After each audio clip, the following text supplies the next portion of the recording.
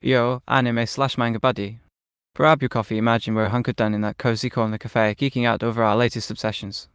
The one that had us yelling about the brutal action, the lore drops, and that killer premise with the Demon King babysitting gig.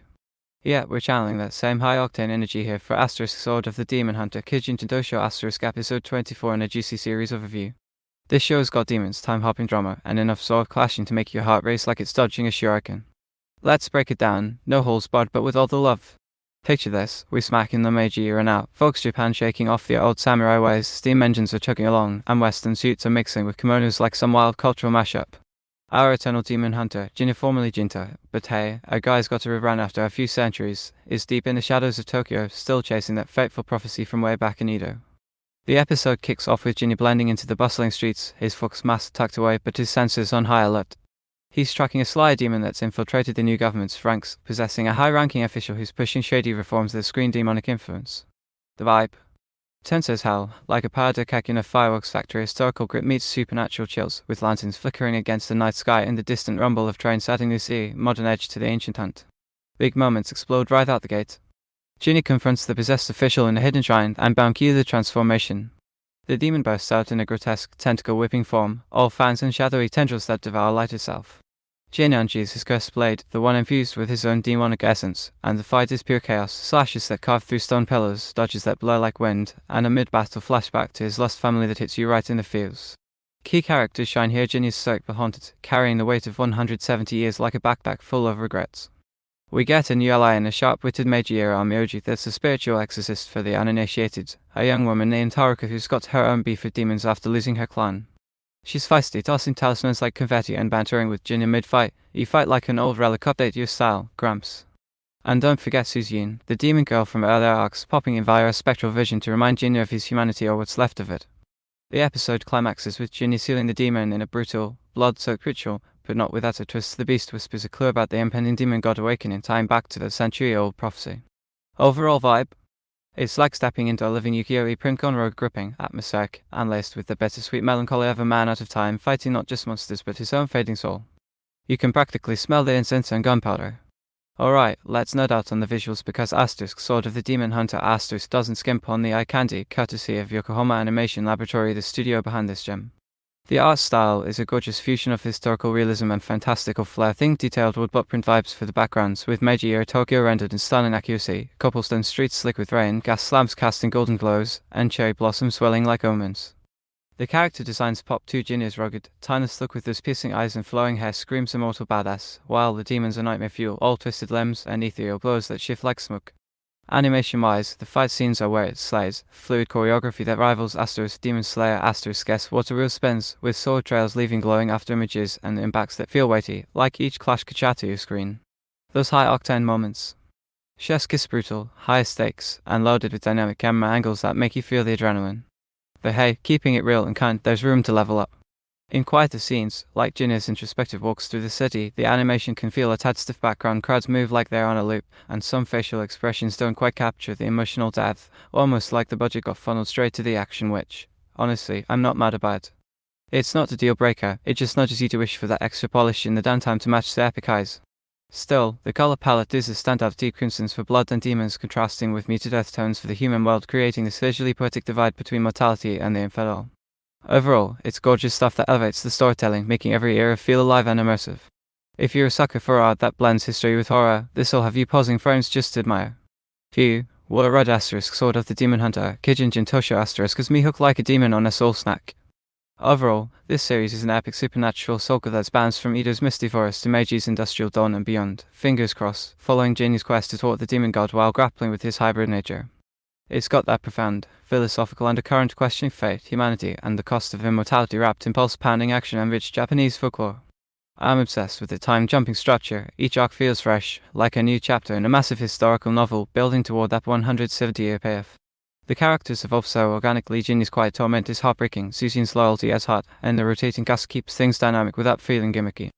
Humor sneaks in too, like Jinya's deadpan reactions to modern inventions to train. Demons move faster on foot, which lightens the dark fantasy without undercutting the stakes. Honest critique? The pacing can drag and set up episodes, lingering on lore dumps that might test your patience if you're not a history buff, but it pays off in spades during reveals. What I'm crossing my fingers for. More exploration of future eras maybe sure, or even Hase, ramping up to the demon god showdown with even bigger twists. If it keeps this momentum, it could be a modern classic, blending Rurouni Kenshin *s historical heart with Demon's Lair *s demonic thrills. Seriously, if you haven't jumped in to it, it's got that addictive pull that'll have us debating theories over endless refills. What's your take? Hit me up for round 2 at the café. # narration. Yo, fellow otaku. Grab your katana-shaped popcorn because episode 24 of Sword of the Demon Hunter Kijin Gentōshō just dropped us into the heart of the Meiji-era like a time-traveling Shinkansen on steroids. We're back with our brooding protagonist, Jinya, formerly Jinto, because nothing says Immortal Demon Hunter like a mid-series rebrand, who's been slushing his way through centuries with that cursed blade Susan humming in his grip. This guy's got more baggage than a feudal lord's caravan, demon blood coursing through his veins, a 170-year prophecy hanging over his head like a bad omen, and now he's knee-deep in the chaos of Japan's modernization. The vibe. Pure electric tension, blending historical grit with supernatural fireworks, like if Rurouni Kenshin crashed a demon rave and forgot the invite list.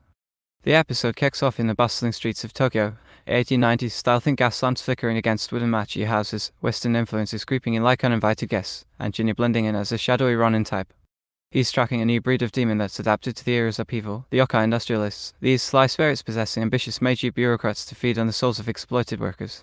Big moment alert, Jinya infiltrates a shadowy factory where machines churn like hungry beasts, and crosses paths with a key new character, Akira, a sharp-witted inventor girl who's unwittingly become a demon magnet thanks to her steampunk gadgets. She's got that plucky Meiji spirit, half engineer, half accidental exorcist, and her banter with Jinya's gold, like when she quips, "Your sword's ancient, ever heard of electricity?" only for him to reply with a deadpan slice that shorts out a demon-possessed automaton. The plot ramps up when the main antagonist demon, a hulking Oni named Kuragain, fittingly Black Steel, reveals itself in a massive showdown atop a half-built iron bridge. Kuragain's no slouch use of ult, merging with industrial scrap to become this cyber-demon hybrid, spewing smoke and flames while taunting Jinya about his inevitable fate as the demon god's vessel. He characters shine here, Suzine, the blade spirit, manifests in the ethereal claw, whispering warnings from the past eras, while flashbacks tie back to Jinya's Edo roots, showing how his lost loved one shouts out to the tragic shrine maiden from way back fuel his unyielding drive. The big moments. That bridge battle is chef's kiss, Jinya dodging molten metal projectiles, Akira rigging an explosive contraption for support, and the heart-pounding reveal where Jinya taps deeper into his demon side, his eyes flashing red as he unleashes a forbidden technique that nearly consumes him. The vibe pulses with urgency, the clash of old-world mysticism against new-age progress, all underscored by a haunting score that mixes taiko drums with orchestral swells. By the end, the demon's down, but not without cost. Jinya's left questioning if his endless hunt is saving the world or just delaying his own darkness. Cliffhanger? Oh yeah, a teaser for the Taisho era looms, with hints of the demon god's awakening drawing closer. Alright, let's geek out on the visuals because Sword of the Demon Hunter keeps serving up that Yokohama Animation Laboratory magic, and episode 24 is no exception. The art style nails this historical fantasy aesthetic, detailed period costumes with flowing Haori cloaks billowing in the wind, demon designs that ooze menace with jagged horns and shadowy auras, and backgrounds that transport you straight into Meiji Japan. The color palette? Moody and immersive, deep indigos for night hunts, warm ambers for lantern-lit streets, and there's pops of crimson during blood-soaked battles that make your screen feel alive. Gushing time, the animation during the action sequences is gorgeous, folks. Fluid swordplay where every swing of Susan leaves trails of ethereal light, and the choreo in the Kuragain fight. It's like a deadly dance, with dynamic camera angles zooming through debris and impacts that hit with visceral weight. The studio's got a knack for blending 2D character work with subtle CG for the industrial elements, making those machine demon hybrids feel terrifyingly real without looking janky. That said, gently nudging here, while the highs are peak, some quieter moments could step up. The crowd scenes in Tokyo feel a tad static, background characters looping like they're on a conveyor belt, ironic for a factory episode, and a few transitions between eras, 5 flashbacks dip in polish, with shading that occasionally flattens out. It's not a deal breaker, this is a mid-tier production budget-wise, and they punch above their weight, but imagine if they had ufotable level resources for even smoother Sakuga.